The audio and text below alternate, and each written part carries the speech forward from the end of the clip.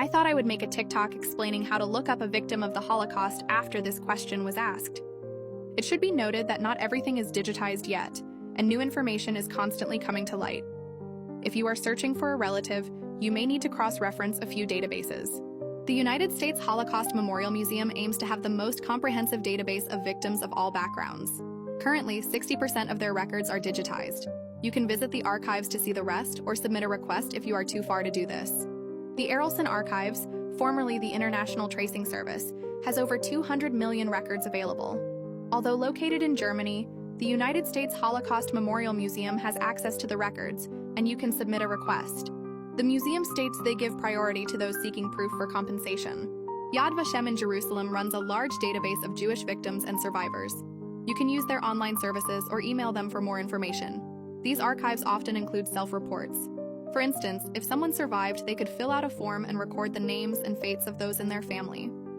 Because it is self-reported, sometimes information can be incorrect, but it is still a great resource. If someone was in a particular camp, each concentration camp, and some transit camps like Drancy, will have databases of who was imprisoned there. You can search what they have online or email the archives.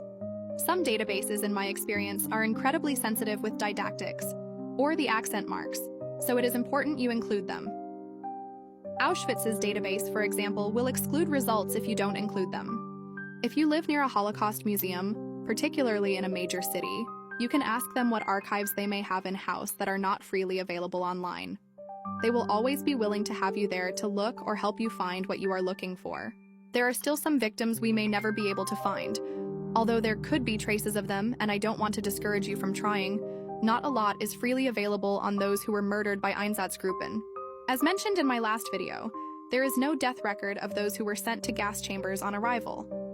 There will likely not be death records of people who died on the way to a camp or killing center, or those who died on death marches. But other information, such as transport lists and them being registered in a camp, will likely exist. This is where the archive at Yad Vashem is helpful, because of self-reports to help piece together a picture. However, there are still famous Holocaust victims whose fate we don't know exactly. For instance, Augusta Van Pels, or also known as her pseudonym in Anne Frank's diary, Petronella Van Don, who hid with the Frank family, died during a death march. We have ideas of what happened, but there is no conclusive evidence of how she died. I hope this is helpful. Anyone who has gone through this process is welcome to comment on what worked best for them.